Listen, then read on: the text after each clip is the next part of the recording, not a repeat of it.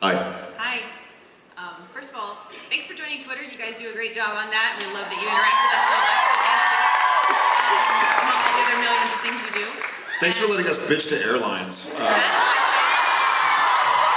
And not unfollowing us when we decide to do that. I think you said your reason was great. Like, you speak on behalf of everyone Sure. else on the plane who then they don't listen to. So I think that's a great idea. Yeah. Well, just real quick on that, the last time that I had a little something to say, the guy next to me was like, he actually said, he was like, I wish like you could go on social media and like actually make them listen to you. And I was like,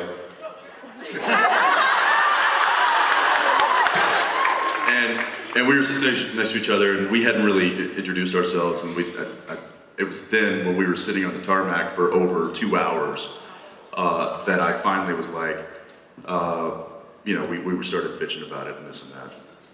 And I introduced myself, and I was like, you know what? Watch this.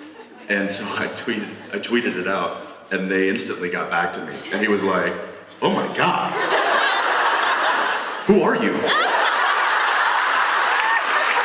And he goes, And I go, I'm nobody, but there's a few people out there who think I'm something, and they might be able to fight for me.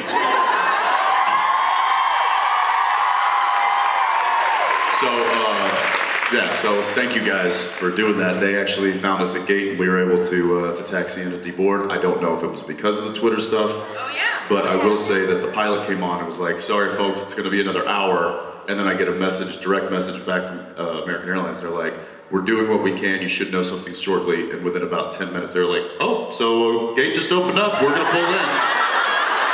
the pilot gets on the... I'm not saying that it was that, but could have just been The pilot got on the intercom actually and went, okay, cabin, apparently some guy named Jensen Ackles has started a fit, so they're letting us deplane. I just wanted to get off and see my baby. Like I hadn't held my daughter in like 2 weeks, and so I apologize for you guys listening to us complain about it. But it's just it can be frustrating, as I'm sure those who travel know. Anyway, sorry. What was your question? Yeah, what was your question? Hey guys, I just want to see you've been doing it for 11 years, your CW Smolders. Wasn't she on How I Met Your Mother? Oh no, it's Kobe Smulders. We have it. It's called the labored inhale. 1, 2, 3.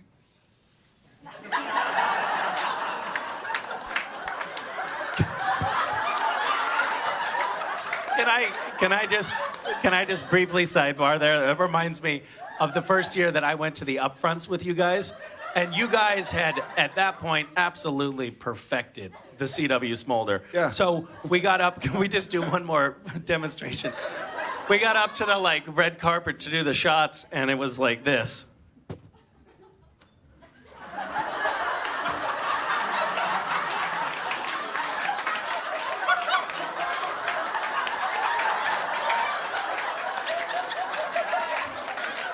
And you didn't know until the next day when you see all the shit online. You're like, what was I doing? Why did no one tell me? What is that? It's not true. They know. Just the super earnest, like, I'm on a show with these guys and I'm happy. There's also the decidedly, pointedly casual glance to the back of your shoe where you're like, as if did I step on something? Yeah, or did somebody ask me a question? No? Okay, so I was actually wondering, Jared mentioned earlier the GIF or the meme of the many hairstyles of Sam Winchester, and it kind of had me wondering what GIFs or memes that you send each other or that you like to get. Oh God. I'll say this. I've said this before. And you should say it again. You should say it again. The single best part of being a celebrity is being able to use GIFs of yourself to send to your friends who aren't celebrities.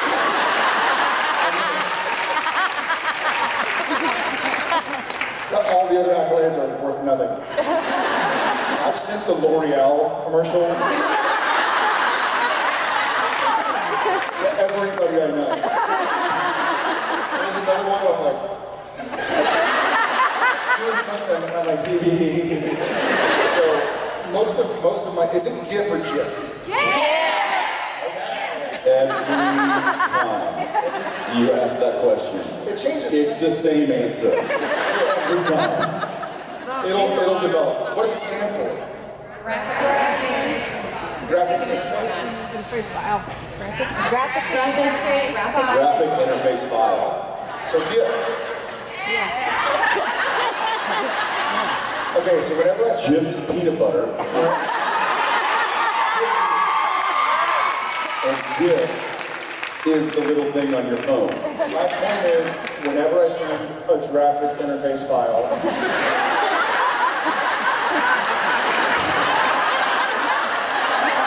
I try to make sure to, in fact, the other day, Spade texted us about something, and I hit him back with a Trickster graphic interface file, and his response was like, ah, well done, I haven't seen that one.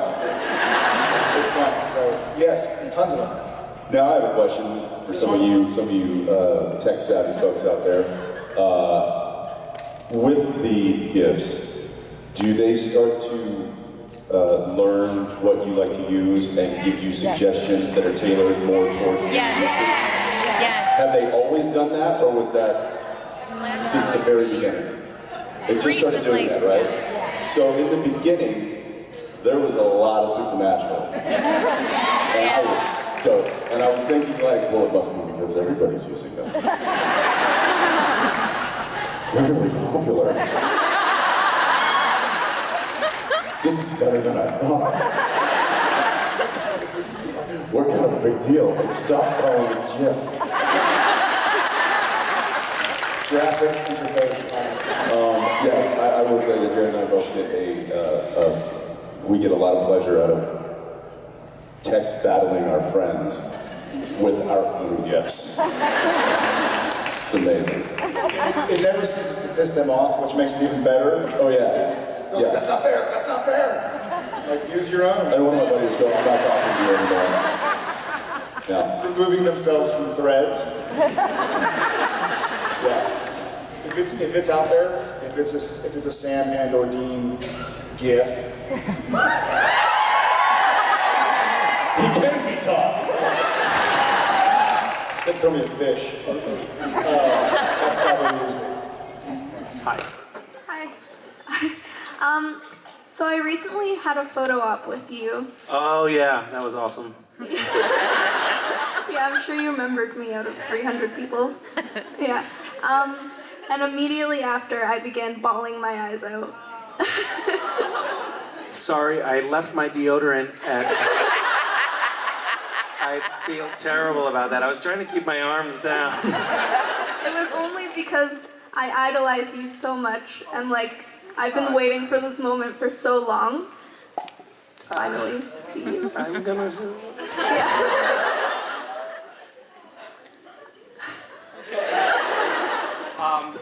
Well, thank you. Okay. Did you tell Jared he was amazing at the autograph line? No, she's like, no, I would never say that. Okay, because somebody came up to Jared at the autograph line and said, You want to recreate it? Yeah. And I kid you not. This is what we heard. I'll be Jared. I just want to thank you so much for being so amazing. You're welcome.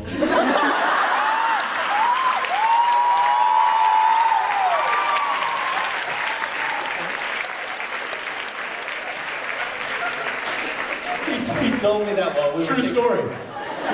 He's like, guys, I gotta confess something. He did. He came to the green room. He's like, guys, I gotta confess. I don't know. It just came out. I was so delirious that I She said I was amazing, and I looked up and I said, "You're welcome."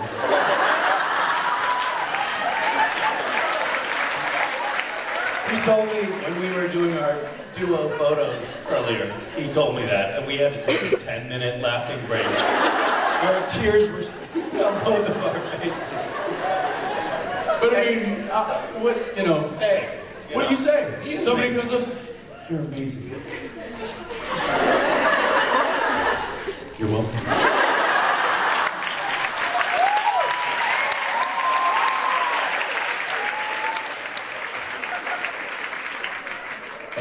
crazy for doing that.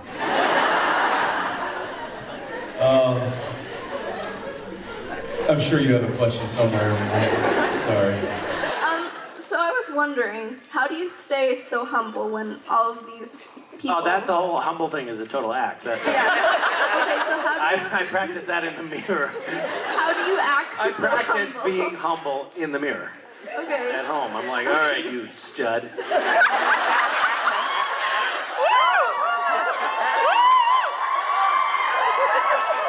try dropping your chin a little bit. Pretend to be sweating. Yeah, that looks good. That's how I do it.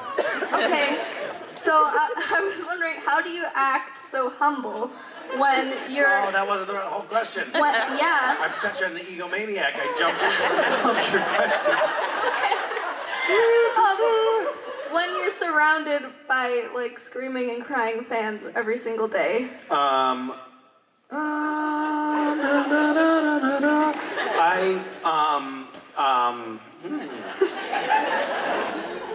I think it's totally normal. When someone starts crying just because I'm near them, that's totally normal. Why do you ask? Does that happen to you? No. What they think about when they're screaming or crying just because of you. It's totally ridiculous. I feel very strange. But I try to, it's very complicated because I try to act like it's normal and it makes sense, but it doesn't.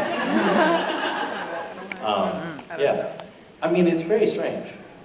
It's not the kind of thing that you grow up expecting to have happen. Yeah, I don't know what to say about it. I mean, I think that you would have to have a really overblown ego to feel like, oh yeah, of course they're screaming. Like Jensen. Jensen. For Jensen, it's like, yeah, of course they're screaming. They'd be idiots not to. But the rest of us, we feel like the whole thing is very strange. Yeah. Thank you. Thank you. It's a very strange phenomenon to come for the first time to come face to face with people who know you, but you don't know them. And I think that over time, if you think about it, the show Supernatural is, we're going into our 15th season. How old are you? 22. 22. So if you started watching the show when it first came on the air, you would have been 7 years old. And you would have grown up with those characters on your television, and you would have seen us go from young, attractive men to withered old hags.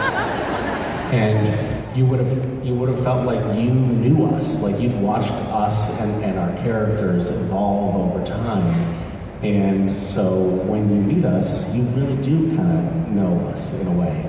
And it's a very strange thing to meet people who know you and you don't know them. And at first it felt kind of overwhelming and strange and difficult to process. And now, I'll be out, now I've been a part of it for a dozen years, and I'll be out signing autographs, and people will come up and say, I love you. And I'll say, yeah, of course you do. It's amazing how you get used to almost anything, Now, miraculously, it seems normal. But I always feel like there's a part of me that just a little bit cringes. Like, you don't know me. I'm like deeply flawed, but thank you. So thank you. So I wanted to know, how do you guys stay you when so many of us spend so much for just a few seconds of your time? Like, there's thousands of us here, and you guys do this several times a year. So how do you stay grounded? How do you stay you? We both agree in the fact that you might think, and I assume that what you're saying is like with kind of this flood of appreciation, or whether it's appreciation or adoration or whatever it might be. This love that is being given to us. We don't process that in a way that is like, you know, we're not trying to bask in what we think is great. I think we've come to find a way of processing that in a reciprocated way, to where when you're coming to us saying, you know, love the character, love the show, we're with you in that. So it is a mutual appreciation for something that is not us specifically, but is for this greater thing that is, you know, the Supernatural show and the fandom and everything that the show has kind of created. And so we're kind of in here, we're in this with you guys. And so when you say, you know, people coming up to you and how do you stay grounded and stuff, you know, we kind of feel like we're part of this this whole thing, and that there's not. I mean, yes, we're on stage right now talking to you about it, but we don't feel like we should be. You know, we don't feel like this is where we need to be. We just feel like this has given us a way to talk more about what we love. Plus, we also have very, very, very good friends that have been with us for a very long time that remind us how dumb we are. So, don't worry. For all the love that you guys give, they take it away immediately. Thank you, Angel. But it's a fellow actress told me a story about her dad came to work with her, and she was shooting with Anthony Hopkins. And apparently her dad went up to Sir Tony Hopkins and was like chatting about whatever, politics or something. And Anthony Hopkins was amazing, like talked to him, yada yada. But she was mortified. And she was like, Dad, you can't just like walk up to Tony Hopkins. And he goes, her dad says, why? He's just breathing oxygen, like we are. And I was like, that's such a cool, like we're all in this fight together. You know, I'm on the stage, I guess, and I wear makeup for a living and tell a story, but I think we're all in the same position, right? So I think the same goes for everybody in that green room. We love y'all as much as y'all love us.